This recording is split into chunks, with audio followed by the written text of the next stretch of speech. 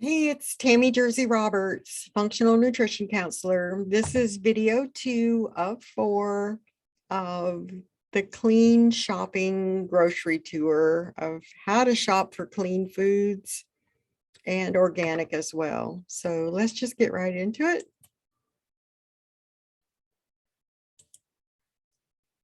Going to talk about organic and simplify this a little bit because right now in the United States, we have over 84,000 different chemicals that are somehow involved in the food industry. And only about 200 of those have actually been tested for our safety. And they usually only get tested when there's been myriad of health problems that may or not be related. So anyway, I'm gonna talk to you a little bit about the codes that are used in the labels and what to look for and just what to be aware of.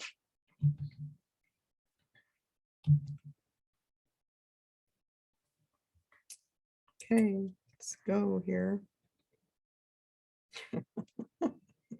This is hilarious. Okay, I made a little video that shows which fruits and vegetables are the most heavily sprayed with pesticides and the ones that I recommend that you do buy organic. And this video is in the Facebook group Blood Sugar Masters. It's also on my YouTube if you want to watch it again later. So I'm just going to be quiet while it plays.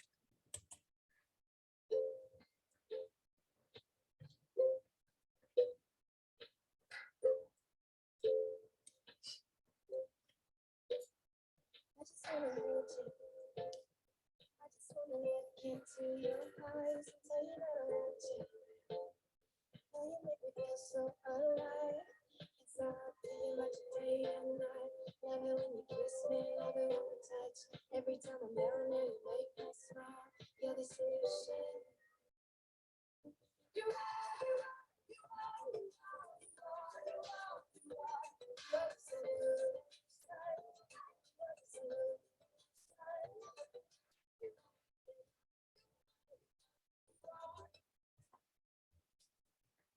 Okay.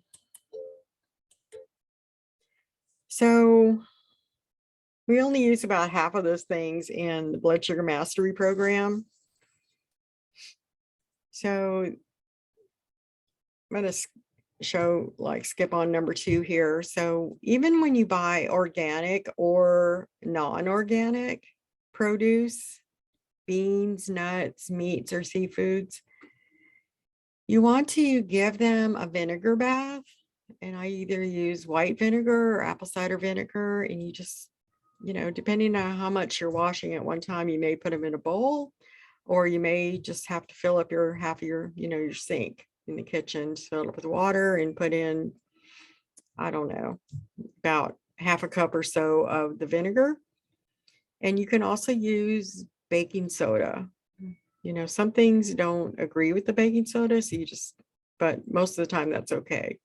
And after it's been soaking for 30 seconds to a minute, sometimes you're gonna see the gunk just start coming off of the vegetables, the beans, the nuts, in Blood Sugar Mastery, we're not really using beans, but we are using nuts. So walnuts, almonds, soak those for 3 or 4 hours in a little bit of vinegar or water with a little bit of vinegar in it. And you're going to see the gunk that comes off, and then rinse them off before you eat them and dry them or turn them into milk.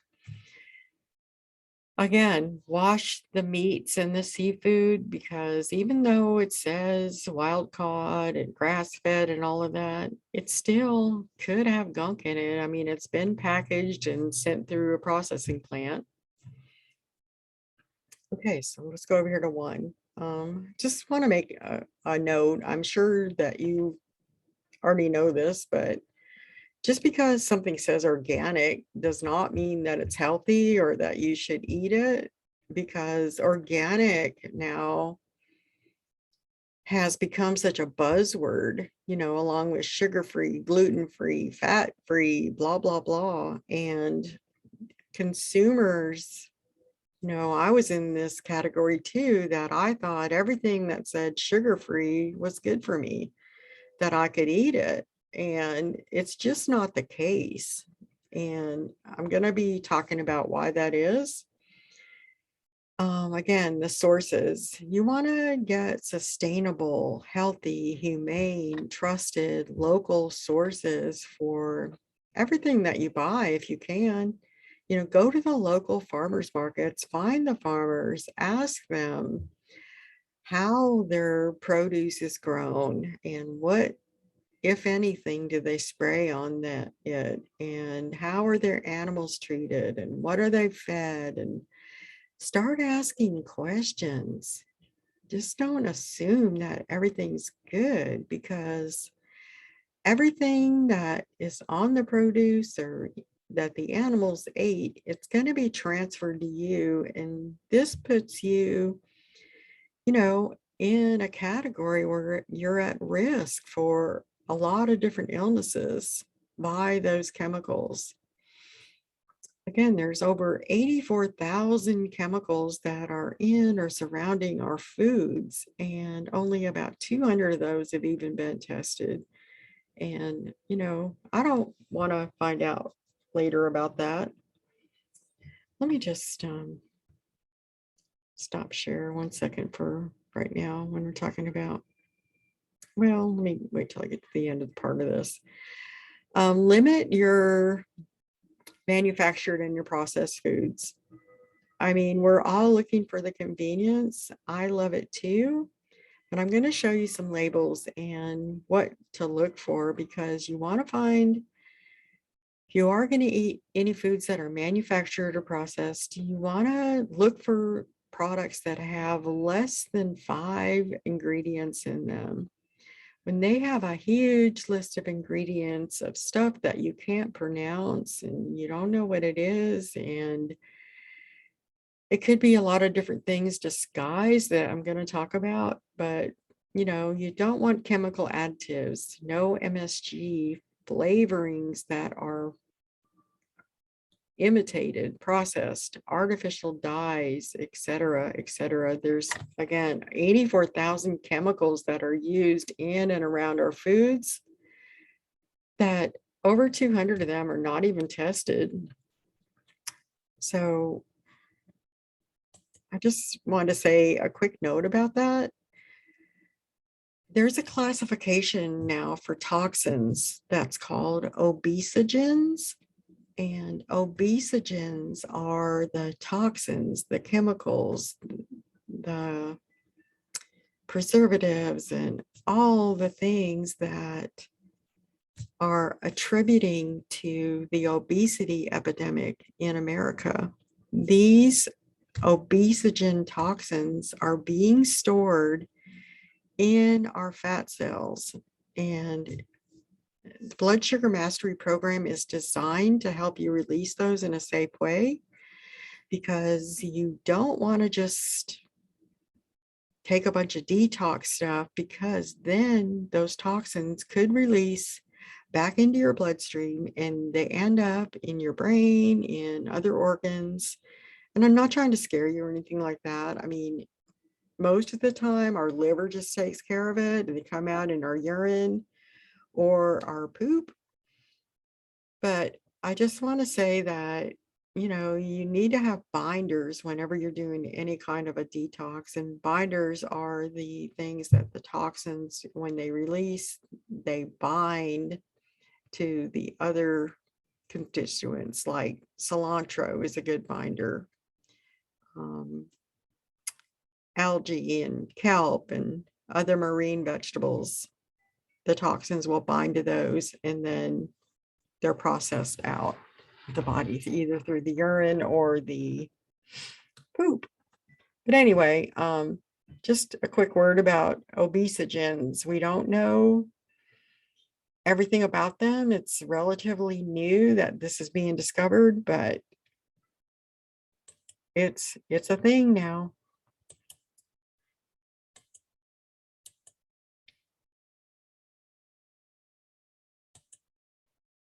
Okay, let's do a pop quiz. A or B? A is the Atkins Indulge Bar. Oh, wow. It only has 2 net carbs. It only has 1 gram of sugar, and it's rich in fiber. And here are the ingredients. Coconut, not bad. And then we start right in with dark chocolate flavored coating. Polydextrose, cocoa butter, cocoa powder, processed with alkali. I don't even know what that is. Sodium caseinate, calcium caseinate, soy lecithin, artificial flavor. Oh my gosh, that's MSG. Sucralose is Splenda, outlawed in most countries except ours. Maltitol syrup, polydextrose, glycerin, whey protein isolate, water, natural and artificial flavors, salt, soy lecithin, potassium sorbate, sucralose. Again, that's more of the Splenda pumped in. Sodium metabisulfite or something like that. But anyway, this is a big no. No, no, no, do not eat this. These are chemicals. And our body does get rid of some of these chemicals, but there is not one thing in here that benefits your health from any of these ingredients, because the other ingredients are stopping any kind of health benefit. And they probably, most likely, in my opinion, actually prohibiting your body from losing weight and being healthy. Now look at the Larabar. It just has 5 real ingredients. Now, I'm not saying that this is something that you should eat on the Blood Sugar Mastery program. I'm just comparing labels. But you've got cashews, dates, apples, blueberries, and vanilla extract. I mean, wow. 5 things that you can recognize. Now I have recipes that you can actually make super healthy snacks that I'll be sharing some of those, but I just wanted to kind of show you the difference of what you can buy. Now remember, Larabars and the Atkins Indulge bars, they're still both manufactured. They're coming out of a factory. So although I would choose Larabar over the Atkins if I had to pick, neither one of them are really going to benefit me as far as being a nutrient and dense food that's going to help me balance my blood sugar and lose weight. So hopefully that makes sense. Okay, Kind bars. Well, I do have a recipe for Kinder bars. This says it only has 5 grams of sugar, 6 grams of protein, and it says gluten-free. Well, whoop-de-doo. Gluten-free right now, and I see that on a label. That is a big red flag for me to know that they probably added chemicals and other things. But on the other side of that, there's a lot of products that are labeled gluten-free, like some eggs are labeled gluten-free when they've always been gluten-free. I mean, the only reason they're putting that gluten-free on there and sugar-free and fat-free is because they know that the consumers have been trained into thinking that's healthy for them. So that is what's going on. So the ingredients on the Kind bar: almonds, peanuts, which are not really peanuts. Peanuts are legumes, chicory root fiber, honey, which is a sugar, palm kernel oil, which is a no, sugar, glucose syrup, which is sugar syrup. I mean, they're calling it glucose. Rice flour, which is a no. Unsweetened chocolate. Well, I don't even know why they bothered to use unsweetened chocolate when they've already got all this other stuff in here. Alkalized cocoa, which I don't know why it's alkalized. That makes it sound like it's even more processed. Sea salt, soy lecithin, natural flavor is a big red flag, probably MSG, and cacao butter. So in the lilies, which is one of the ones that I use, it's got unsweetened cacao, a I can never say this, a erythritol, inulin, cacao butter, organic soy lecithin, sunflower lecithin, vanilla extract, and stevia extract.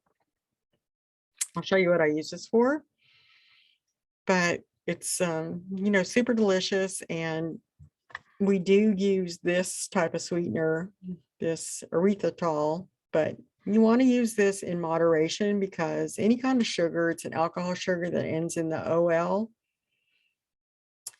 It can cause IBS-like symptoms, and it can cause diarrhea. So you want to be moderate on that. So here's the recipe that I make chocolate nut crunch with. I use 2 of those Lily dark chocolate bars. I melt them and I put in 1 teaspoon of coconut oil, melt them. I mix in 2 cups of chopped nuts, such as walnuts, pecans, macadamia, and almonds, Brazil nuts. I don't put any cashews or peanuts. I just explained that peanuts are actually not nuts. They are legumes. So then in a 10 by 10 pan, I just put out some parchment paper, take the melted chocolate and nuts and spread it out there, put it in the refrigerator for 30 minutes or so, and then I just break it up into chunks and I have it to snack on all week. I just store it in my refrigerator in a glass jar. Super delicious and super healthy for helping you lose weight. It also helps your brain neurotransmitters with the chocolate, and makes you just feel good.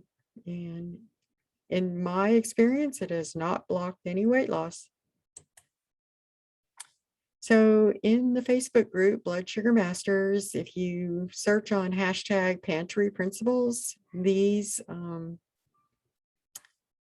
charts about MSG will come up. Monosodium glutamate, MSG, is used as a flavor enhancer. And this is all over our foods, especially the processed and chemical foods. It used to be dumped on the lettuce in salad bars to keep it from turning brown, and they could keep it out longer. But it's happening more and more frequently now that people are experiencing headaches, getting flushed, sweating, heart palpitations, vertigo symptoms, chest pain, nausea, liver inflammation, and weakness.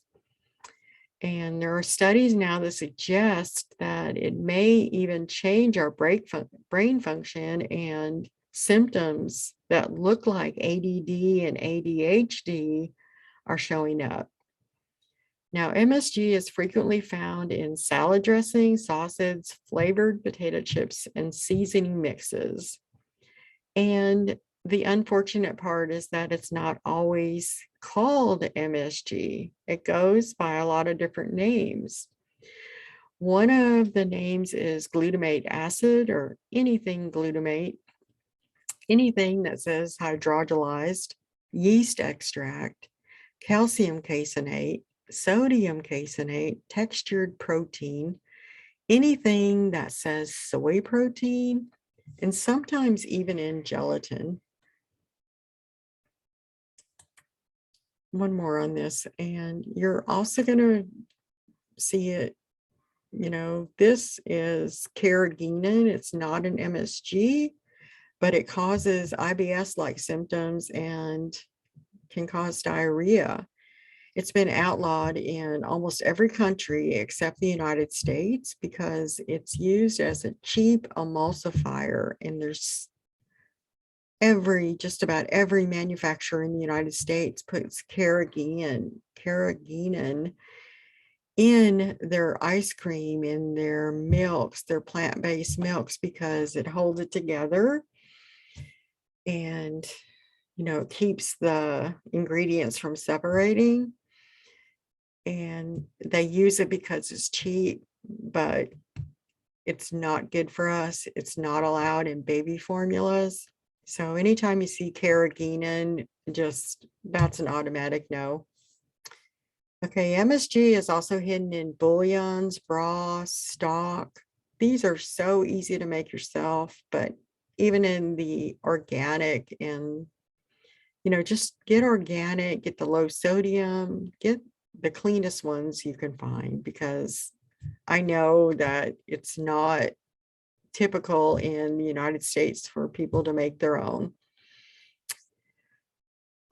Although, let me just say one thing. If you do make your own, I recommend that you freeze it in ice cube trays, and then you can knock the ice cube, the stock or broth cubes out into a container and just keep them in the freezer. So every time that you do need broth or stock, you've got it right there. So anything that says flavors or flavoring, that is a red flag that it could be MSG. Maltodextrin, citric acid, and citrate. These citric acid and citrate, they're natural products of our citrus fruits, but if they're imitation, most likely they're MSG, they've got MSG. So you just really gotta ask questions and pay attention. And typically when it says citric acid with no explanation, I just say no. Anything ultra pasteurized, barley malt, pectin, anything containing enzymes. Now, I'm not talking about the digestive type enzymes. I'm talking about the imitation enzymes that are added as a product that makes it sound like it's, as an ingredient that makes it sound like it's good for us. So we don't, our body makes our own enzymes most of the time. I'm going to make another video about digestive enzymes, but anyway, typically if you see a product that has an ingredient that says some type of enzymes, it could be MSG. And some of the things that say they're fermented, and I'm not talking about fermented foods like sauerkraut, kimchi, and kefir. Sauerkraut and kimchi, if you can get those clean with only water, salt, and the vegetable in them, then I recommend that you eat about a tablespoon of those with every meal. They're really, really good for your probiotic part of your gut, your microbiome. Anything else that you can look for would be like protein fortified. No. Malt extract. No. Many forms of the whey protein. A lot of people just cannot tolerate this, and it's been processed a few times.